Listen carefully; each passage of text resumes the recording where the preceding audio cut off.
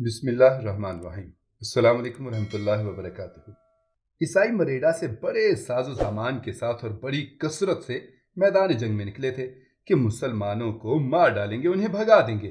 لیکن جب مقابلہ ہوا اور مسلمانوں نے انہیں تلواروں کی باڑ پر رکھ لیا تو شکست کھا کر بھاگے، اور ایسے کہ پیچھے مڑ کر بھی نہ دیکھا۔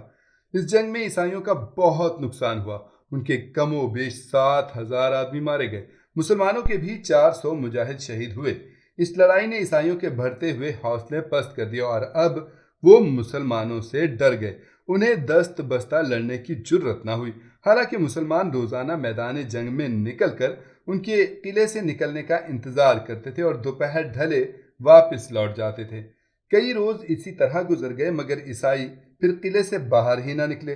مسلمان فصیل پر بھی چڑھ آتے تھے کہ کسی طرح ایک مرتبہ عیسائی قلعے سے باہر نکل آئیں اور سفارہ ہو کر لڑائی کریں تاکہ لڑائی کا فیصلہ جلد اور آسان ہو، مگر ان کی آرزو پوری نہ ہوئی۔ حضرت موسیٰ بن نصیر رحمۃ اللہ علیہ نے دیکھ لیا کہ قلعہ اس قدر مضبوط ہے کہ اس پر حملہ کر کے اسے فتح کرنا جوئے شیر لانے کے مترادف ہے، اس لیے وہ اس پر حملہ نہیں کر رہے تھے۔ وہ محصورین کو محاصرے سے تنگ آ کر لڑائی پر آمادہ کرنے کی تدبیر کر رہے تھے۔ ان کا خیال تھا کہ جب قلعے کے اندر رسد وغیرہ نہ پہنچے گی تو عیسائی بھوکے مرنے لگیں گے اور پھر وہ یا تو میدان میں آ کر مردانہ وار لڑیں گے یا ہتھیار ڈال کر قلعہ ہمارے حوالے کر دیں گے۔ اس میں شک نہیں کہ محاصرہ پورے طور پر کیا جا رہا تھا، ناممکن تھا کہ کوئی عیسائی قلعے سے باہر آ جا سکے۔ محاصرے کی سختی سے عیسائی تنگ آ چکے تھے اور انہیں خوف لاحق ہو گیا تھا کہ اگر چند روز یہی کیفیت رہی تو وہ بھوکے مرنے لگیں گے۔ جب کئی روز گزر گئے اور عیسائیوں نے کوئی حرکت نہ کی تو جناب موسیٰ بن نصیر رحمۃ اللہ علیہ نے خود ہی قلعہ فتح کرنے کا ارادہ کر لیا۔ چنانچہ ایک روز صبح کی نماز پڑھتے ہی انہوں نے مسلمانوں کو حکم دیا کہ وہ جملہ ہتھیار اور قلعے کو توڑ ڈالنے اور اس پر چڑھ جانے کا سامان لے کر اس سے مسلح ہو کر میدان جنگ میں نکلیں۔ چنانچہ مسلمان بہت جلد مسلح ہو کر ہر قسم کے سامان کے ساتھ میدان جنگ میں آ گئے۔ جناب موسیٰ بن نصیر رحمۃ اللہ علیہ بھی آ گئے اور انہوں نے آتے ہی کہا، اے مسلمانوں، ہم نے بہت انتظار کیا کہ عیسائی ایک مرتبہ میدان میں نکل آئیں، مگر انہیں قلعے سے باہر نکلنے کی جرت ہی نہیں ہوئی۔ چونکہ مریڈا کے سامنے پڑے ہوئے عرصہ ہو گیا ہے، اس لیے اب ہم مزید انتظار نہیں کر سکتے۔ عیسائیوں کا قلعہ جو ظلم و جور کا گڑھ ہے، اس کی مضبوطی پر گھمنڈ ہے، وہ سمجھتے ہیں کہ قلعہ ناقابل تسخیر ہے۔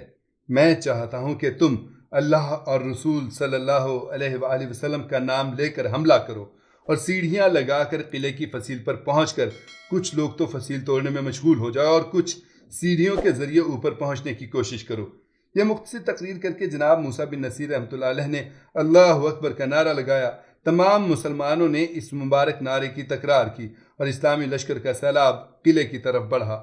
عیسائی فصیل پر کھڑے تھے، انہوں نے جب مسلمانوں کو بڑھتے ہوئے دیکھا تو گلے پھاڑ پھاڑ کر چلانے لگے اور فلاخنوں کے ذریعے سنگریزے مارنے لگے۔ چونکہ مسلمان قلعے کے نزدیک پہنچ گئے تھے، اس لیے نوکیلے پتھروں کے ٹکڑے ان کو اور ان کے گھوڑوں کو زخمی کر رہے تھے۔ انہوں نے فوراً ڈھالیں آگے کر لیں اور خود کو اور گھوڑوں کو بچاتے آگے بڑھنے لگے۔ مسلمان عجیب شان سے آگے بڑھ رہے تھے، ان کی تلواریں لٹک رہی تھیں، خنجر سینوں کے نیچے پیٹیوں میں اڑسے ہوئے تھے، تیر کمانے اور ترکش پشت پر بندھے ہوئے تھے، نیزے بائیں رکابوں میں برابر رکاب داریوں کے سہارے سے کھڑے تھے۔ ان کی چھینیاں، ہتھوڑے اور میخیں تو بربروں میں تھیں اور تین تین ڈنڈوں کی سیڑھیاں داہنی طرف رکابوں کے برابر میں بندھی ہوئی تھیں، اور یہ سیڑھیاں ایسی ہوتی تھیں کہ ان کے آخری بازوؤں میں سوراخ ہوتے تھے اور ان میں ڈنڈے ڈال کر انہیں جوڑا جا سکتا تھا۔ اس طرح سے انہیں حسب ضرورت لمبا کیا جا سکتا تھا۔ مسلمان دونوں ہاتھوں میں ڈھالیں سنبھالے پتھروں کے ٹکڑوں اور تیروں سے بچتے ہوئے بڑھتے چلے جا رہے تھے۔ عیسائیوں نے پتھروں کے علاوہ تیروں کی بارش بھی شروع کر دی تھی، مگر وہ زخموں کی پرواہ نہ کرتے ہوئے بڑھ رہے تھے۔ عیسائیوں کو ان کے اس طرح بڑھتے دیکھ کر غصہ بھی آ رہا تھا اور حیرت بھی ہو رہی تھی۔ جناب موسیٰ بن نصیر رحمۃ اللہ علیہ، ان کے دونوں صاحبزادے جناب عبداللہ اور جناب مروان اور تمام جانباز سالار اور سارے سرفروش مجاہدین سمیت نہایت اطمینان اور بڑے استقلال سے بڑھے چلے جا رہے تھے۔ آفتاب چمک رہا تھا اور دھوپ پھیل رہی تھی، ہوا کے خفیف جھونکے چل رہے تھے جس سے اسلامی پرچم لہرا رہے تھے۔ عجب سما تھا اور عجب ہی وقت تھا۔ عیسائی چلاتے چلاتے اور سنگریزی اور تیر پھینکتے پھینکتے تھک گئے تھے۔ ان کی سوچ تھی کہ مسلمان ان کے شور کرنے اور سنگریزوں، تیروں اور پتھروں کی بارش سے ڈر جائیں گے، رک جائیں گے اور قلعے تک نہ پہنچ سکیں گے۔ مگر ان کا خیال غلط تھا اور مسلمان بڑھ کر فصیل کے نیچے پہنچ گئے۔ اب تو عیسائی بہت گھبرائے۔ انہوں نے تازہ دم عیسائیوں کو فصیل پر چڑھا کر ان سے بڑے بڑے اور موٹے پتھر برسانا شروع کر دیے۔ مگر کچھ مسلمان فصیل کے عین نیچے پہنچ گئے تھے اور انہیں پتھر اذیت پہنچا رہے تھے، مگر انہوں نے اس کی ذرا بھی پرواہ نہ کی۔ جو لوگ فصیل کے قریب پہنچ گئے تھے انہوں نے جلدی جلدی سیڑھیاں نکال کر جوڑیں اور ایک برج کے قریب لگا کر ان پر چڑھنا شروع کر دیا۔ جب وہ برج کے برابر پہنچے اور انہوں نے سر ابھارے تو عیسائیوں کی تلواروں نے فوراً ان کے سر اڑا دیے اور کئی مسلمان شہید ہو گئے۔ مسلمانوں نے برج کے ادھر ادھر اور سامنے 5-6 سیڑھیاں لگائی ہوئی تھیں اور 5 سیڑھیوں پر چڑھنا شروع ہو گئے تھے۔ برج کافی اونچا تھا، مسلمان ڈنڈوں کو پکڑ پکڑ کر چڑھ رہے تھے، اس لیے جب وہ برج کے قریب پہنچتے تو اپنی حفاظت نہیں کر پاتے تھے۔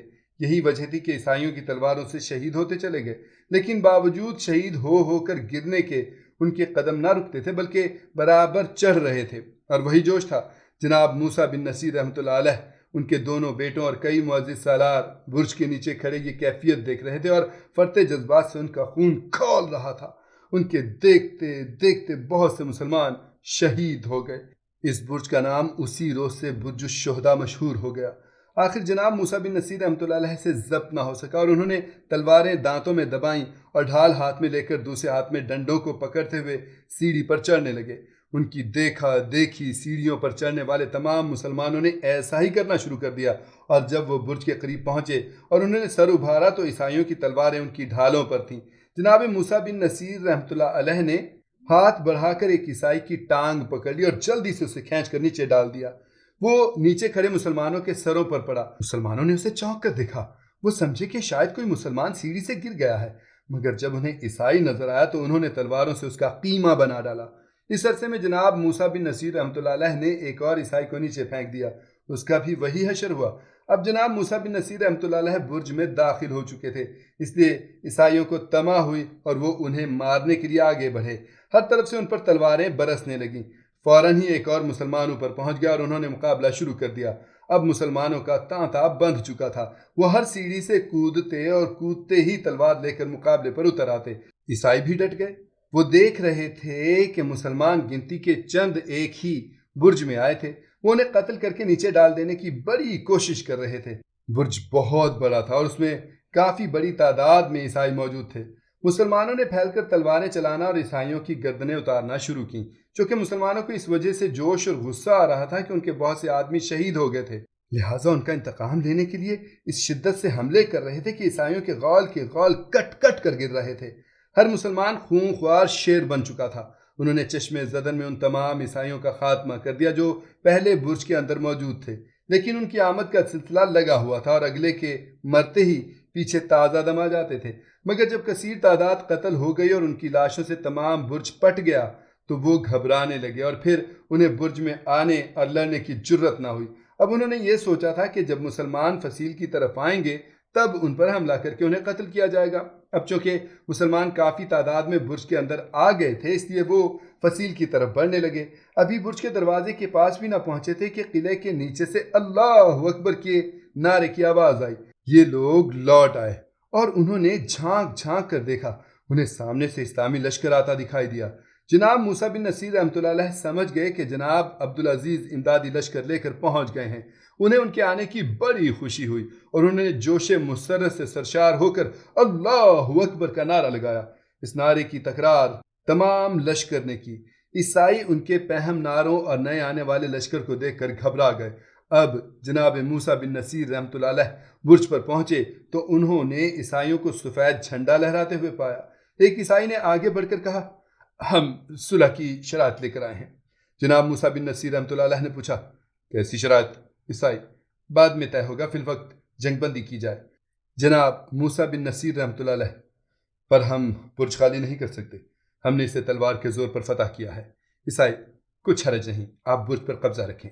حضرت موسیٰ بن نصیر رحمۃ اللہ علیہ، برج پر رہنے والے مسلمانوں کی حفاظت کا انتظام کیا ہوگا؟ عیسائی، جو آپ مناسب سمجھیں۔ جناب موسیٰ بن نصیر رحمۃ اللہ علیہ، ہمارا کچھ لشکر فصیل پر ٹھہرے گا۔ عیسائی، ہمیں منظور ہے۔ جناب موسیٰ بن نصیر رحمۃ اللہ علیہ، نہیں، بلکہ ہم حفاظت چاہتے ہیں۔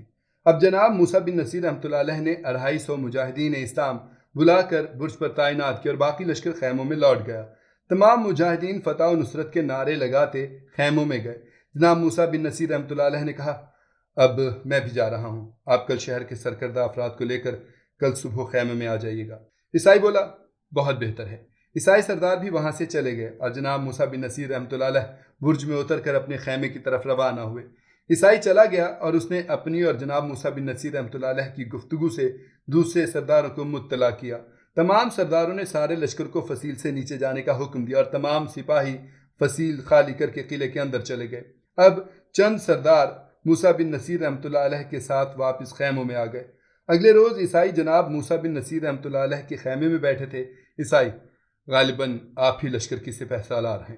ہاں، میرا نام موسیٰ ہے۔ تمام عیسائیوں کو ان کا نام سن کر حیرت ہوئی اور ان میں سے ایک نے کہا، آپ موسیٰ بن نصیر ہیں، غربی بلاد اسلامیہ کے وائسرائے؟ جناب موسیٰ بن نصیر رحمۃ اللہ علیہ، جی ہاں۔ خواب کی تعبیر۔ نیا آنے والا لشکر قیروان سے جناب عبدالعزیز بن موسیٰ بن نصیر کی سرکردگی میں آیا تھا۔ یہ کل 7,000 تھا۔ انہوں نے آتے ہی جب لڑائی ہوتے اور مسلمانوں کو دھاوا کرتے دیکھا تو دشمنوں پر اپنی ہیبت بٹھانے کو دور ہی سے نعرہ تکبیر نہایت زور سے بلند کیا۔ عیسائی یہ دیکھ کر گھبرا گئے کہ کہیں وہ فوراً ہی حملہ نہ کر دیں اور اس طرح دونوں لشکر قلعے کو فتح کر لیں، جس سے عیسائی ڈر گئے اور انہوں نے مصالحت کی گفتگو کرنے کے لیے عارضی طور پر جنگ بندی کی درخواست پیش کی، جسے جناب موسیٰ بن نصیر رحمۃ اللہ علیہ نے منظور کر لیا۔ آپ برج کا انتظام کر کے نیچے اتر آئے اور انہوں نے برج کے نیچے سے اپنے خیمے تک مجاہدین تعینات کر دیے تاکہ اگر عیسائی برج والے مسلمانوں پر حملہ کریں تو وہ فوراً امداد کو پہنچ سکیں اور کچھ آدمی اطلاع کر دیں۔ پہلے اکثر اوقات ایسا ہو چکا تھا کہ عیسائیوں نے اپنے قول و قرار کرنے کے بعد عہد شکنی کی تھی، اس لیے مسلمان ان کا اعتبار بہت کم کرتے تھے۔ ویسے بھی قرآن پاک میں اللہ کریم کا ارشاد حق ہے کہ یہود و نصارہ اور دیگر کافر کبھی بھی مسلمانوں کے دوست اور خیر خواہ نہیں ہو سکتے۔ جب جناب موسیٰ بن نصیر رحمۃ اللہ علیہ نئے آنے والے اسلامی لشکر کے سامنے پہنچے تو محترم عبدالعزیز نے آگے بڑھ کر جناب موسیٰ بن نصیر رحمۃ اللہ علیہ کو سلام کیا۔ انہوں نے کہا، قرۃ العین، تم خوب وقت پر پہنچے۔ جناب عبدالعزیز، میں آپ کا فرمان پہنچتے ہی ایک لمحہ ضائع کیے بغیر ہی چل پڑا تھا۔ جناب موسیٰ بن نصیر رحمۃ اللہ علیہ، بہت خوب کیا تم نے، تمہارے آنے سے عیسائی مروب ہو گئے۔ جناب عبدالعزیز، کیا انہوں نے اطاعت قبول کر لی؟ جناب موسیٰ بن نصیر رحمۃ اللہ علیہ، ابھی نہیں، ابھی تو عارضی جنگ بندی ہے۔ جناب عبدالعزیز، شاید صلح پر آمادہ ہو گئے ہیں۔ جناب موسیٰ بن نصیر رحمۃ اللہ علیہ، کل ان کا وفد مصالحت کے لیے آئے گا۔ نور چشم، تم اپنے لشکر کو ٹھہراؤ اور خود بھی جا کر آرام کرو۔ وہ سلام کر کے واپس لوٹے اور انہوں نے لشکر کو خیمہ زن ہونے کا حکم دیا۔ فوراً ہی سپاہی گھوڑوں پر سے اتر پڑے اور انہوں نے خیمے نصب کرنا شروع کر دیے۔ تھوڑی دیر میں خیمے نصب کر کے وہ آرام کرنے لگے اور جناب عبدالعزیز اپنے خیمے میں چلے گئے۔ جناب موسیٰ بن نصیر رحمۃ اللہ علیہ اپنے خیمے میں پہنچے۔ وہ کبھی کبھی خضاب کر لیا کرتے تھے، چونکہ شریعت میں مجاہدین اور بعض مواقع پر بعض افراد کو خضاب کی اجازت ہے۔ آج بھی کچھ ان کے دل میں آ گئی اور انہوں نے خضاب لگا کر داڑھی مبارک کو سیاہ کر لیا۔ دوسرے روز آفتاب طلوع ہوتے ہی عیسائیوں کا وفد ان کی خدمت میں حاضر ہوا۔ اس وقت کچھ لوگ وہی تھے جو گزشتہ روز برج کے سامنے عارضی التواء جنگ کرانے کے لیے خدمت میں حاضر ہوئے تھے، اور کچھ دوسرے لوگ تھے۔ جناب موسیٰ بن نصیر رحمۃ اللہ علیہ کو عجیب لگا کہ اگر یہ لوگ صلح کے لیے آئے ہیں تو گفتگو کیوں شروع نہیں کرتے، اور اگر صلح نہیں چاہتے تو آخر آئے کیوں ہیں؟ نہ آتے۔ کچھ دیر انتظار کرنے کے بعد آخر خود انہوں نے دریافت کیا، کہیے کیسے تشریف لائے ہیں؟ ان میں سے ایک شخص نے کہا، ہم آپ کے امیر سے ملنا چاہتے ہیں جن سے کل برج پر ملاقات ہوئی تھی۔ جناب موسیٰ بن نصیر رحمۃ اللہ علیہ، وہ میں ہی ہوں، میرا نام موسیٰ ہے، میں مغربی بلاد اسلامیہ کا وائسرائے ہوں۔ کل مجھ سے ہی گفتگو ہوئی تھی۔ جو لوگ ان سے گزشتہ روز مل چکے تھے انہوں نے حیرت سے انہیں دیکھ کر کہا، آپ وہی ہیں؟ ایک عیسائی نے کہا، مگر کل تک تو آپ کی داڑھی بالکل سفید تھی۔ جناب موسیٰ بن نصیر رحمۃ اللہ علیہ نے مسکرا کر کہا، جی ہاں، آج سیاہ ہے۔ اہل اندلس خضاب کے نام سے ہی واقف نہیں تھے۔ وہ نہیں جانتے تھے کہ سفید بالوں کو سیاہ کیسے کیا جا سکتا ہے، چونکہ جناب موسیٰ بن نصیر رحمۃ اللہ علیہ نے داڑھی سیاہ کر لی تھی، اس لیے انہوں نے نہیں پہچانا، اور جب بتایا کہ میں وہی ہوں جن سے کل آپ کی بات ہوئی تھی، انہیں بہت حیرت ہوئی، جیسے ایک دوسرے کو کہہ رہے ہوں، دنیا کی کون سی قوم ان سے لڑ سکتی ہے جو اپنی عمر تبدیل کر سکتے ہیں، جن کے بوڑھے جب چاہیں جوان ہو سکتے ہیں۔ بہتری اسی میں ہے جو شرائط پیش کریں مان لیں، انہیں تسلیم کر کے صلح کر لیں۔ جناب موسیٰ بن نصیر رحمۃ اللہ علیہ سے ایک آدمی نے کہا، ہم فضول خونریزی کو پسند نہیں کرتے، اس لیے چاہتے ہیں کہ صلح کر لیں۔ ایسی شرائط پر جن سے ہماری قوم کی سبکی نہ ہو۔ جناب موسیٰ بن نصیر رحمۃ اللہ علیہ، میں نے پہلے ہی قاصد آپ کے پاس بھیجا تھا۔ میں خود خلق خدا کا خون بہانا پسند نہیں کرتا، اس لیے ہماری شرائط کچھ سخت اور اہانت انگیز نہیں ہوں گی۔ ایک عیسائی نے کہا، اچھا تو شرائط بیان کریں۔ جناب موسیٰ بن نصیر رحمۃ اللہ علیہ، سب سے پہلے تو یہ کہ جو لوگ قلعہ مریڈا میں رہنا چاہتے ہیں انہیں اپنے تمام ہتھیار اور گھوڑے ہمارے حوالے کرنے ہوں گے، اور جو لوگ نہیں پسند کرتے انہیں مریڈا سے چلے جانے کی اجازت دی جائے گی۔ جو لوگ قلعے میں رہیں گے ان کو مذہبی آزادی حاصل ہوگی، ان کی حفاظت کے ذمہ دار ہم ہوں گے، انہیں معمولی محصول جزیہ کے نام پر ادا کرنا پڑے گا۔ عیسائی، یہ شرائط معقول ہیں، ہمیں منظور ہے۔ جناب موسیٰ بن نصیر رحمۃ اللہ علیہ، بس تو آپ جائیں اور سب گھوڑے اور ہتھیار جمع کر کے لائیے، لیکن یہ خیال رکھیے کہ کسی کے پاس ان دو چیزوں میں سے کوئی چیز رہ نہ جائے۔ عیسائی، اطمینان رکھیے، ایسا نہ ہوگا۔ جب اعتبار کرتے ہیں تو ہم دغا بازی نہ کریں گے۔ جناب موسیٰ بن نصیر رحمۃ اللہ علیہ، شرافت کا تقاضا تو یہی ہے، لیکن اگر کسی کے پاس ہتھیار یا گھوڑے پائے گئے تو قرار واقعی سزا یا اسے جلا وطن کر دیا جائے گا۔ عیسائی، نہایت مناسب ہے، ہم شام تک یہ چیزیں جمع کر کے حاضر ہو جائیں گے۔ عیسائی چلے گئے اور جناب موسیٰ بن نصیر رحمۃ اللہ علیہ نے لشکر میں اعلان کر دیا کہ آج جنگ ملتوی رہے گی۔ شام تک عیسائی گھوڑے اور ہتھیار جمع کر لائے۔ جناب موسیٰ بن نصیر رحمۃ اللہ علیہ نے ان کو شمار کرا کے اپنی تحویل میں لے لیا، اور اسی وقت جناب علی بن ربیع کو قلعے پر اسلامی پرچم لہرانے کے لیے بھیج دیا۔ چلتے وقت انہیں ہدایت بھی کر دی کہ کسی عیسائی سے کوئی تعرض نہیں کریں، ان کی حفاظت کی ذمہ داری ہمارے سر پر ہے۔ انہوں نے جاتے ہی قلعے پر پرچم اسلام لہرا دیا۔ یہ واقعہ یکم شوال 93 ہجری عین عید الفطر کے روز کا ہے۔ جناب عبدالعزیز کو یہ خطہ نہایت ہی بھلا معلوم ہوا۔ وہ گھوڑے پر سوار ہو کر پہاڑوں کے متعلقات کی سیر کرنے لگے۔ پہلے وہ پہاڑ پر گئے، جس طرف بھی انہوں نے نظر اٹھائی انہیں سبزہ ہی نظر آیا۔ وہ سبز پہاڑ کو دیکھ کر نہایت خوش ہوئے اور اس کے نظارے میں ایسے محو ہوئے کہ بے اختیار بڑھتے ہی چلے گئے۔ جوں جوں وہ بڑھتے جاتے تھے پہاڑ کی دل فریبی بڑھتی جا رہی تھی۔ بہت سی چٹانیں پھولوں سے لدی ہوئی تھیں اور ان پر عجیب قسم کے درخت کھڑے تھے۔ وہ ان چٹانوں کو دیکھتے ہوئے ایک ایسی وادی میں جا نکلے جس کا چپا چپا سبزہ زار تھا، لیکن اس میں کھنڈرات بھی بہت زیادہ تھے۔ معلوم ہوتا تھا کہ کسی زمانے میں وہاں آبادی تھی جو استبداد زمانہ نے مٹا کر کھنڈر بنا ڈالی تھی۔ وہ ان کھنڈرات کو دیکھتے ہوئے بڑھتے رہے۔ کچھ دور جا کر انہیں ایک پتھر کا بت نظر آیا جو اتنا اونچا تھا کہ اس کا سر مشکل سے نظر آتا تھا۔ اس کی اتنی بلند جسامت دیکھ کر خوف آتا تھا۔ اسے دیکھ کر حیران و ششدر رہ گئے۔ بت کو دیکھتے ہی انہوں نے کہا، یہ وہی وادی ہے جو میں نے خواب دیکھا تھا، جو انہوں نے قیروان میں دیکھا تھا۔ یہ وادی جو میں دیکھ رہا ہوں، اس کی سب چیزیں ویسی ہی ہیں جو میں نے خواب دیکھی تھیں۔ کیا میرا خواب سچا ہو گیا ہے؟ انہوں نے پھر بت کو دیکھا۔ عجیب قسم کے پتھر کا بت تھا۔ اس کا ہر عضو نہایت صاف صاف کاریگری سے بنایا گیا تھا۔ سب سے زیادہ حیرت کی بات یہ تھی کہ اس میں کہیں جوڑ نظر نہیں آتا تھا کہ ایک چابک دست صنائی نے کسی چٹان کو کاٹ کر اس بت کو تیار کیا تھا۔ جناب عبدالعزیز نے اس کے چہرے کی طرف دیکھنے کی کوشش کی، لیکن زیادہ بلندی کی وجہ سے صورت واضح نظر نہیں آ رہی تھی۔ وہ اسے دیکھتے ہوئے اس کی پشت کی طرف چلے گئے۔ اس طرف نہایت دل فریب قطعات پھولوں سے لبریز تھے۔ خوش رنگ خوشبودار پھول کھل رہے تھے۔ ان کی شادابی اور تر و تازگی جاذب نظر بنی ہوئی تھی اور خوشگوار بھینی بھینی خوشبو پھیل رہی تھی۔ ان کی نگاہیں پھولوں کے اوپر سے ہوتی ہوئیں سامنے جا پڑیں۔ ان سے تھوڑی ہی دور چند خواتین کھڑی تھیں۔ ان کے درمیان ایک عورت تھی جو اعلیٰ قسم کا لباس اور آبدار موتیوں اور جواہرات کے زیورات پہنے ہوئے تھی۔ اس کے گلے میں ایک ٹاپ تھا جس میں لال و یاقوت اور دوسرے بیش قیمت ہیرے وغیرہ جڑے ہوئے تھے۔ وہ اس قدر چمک رہا تھا کہ اس کی طرف نظر بھر کر دیکھا بھی نہیں جا سکتا تھا۔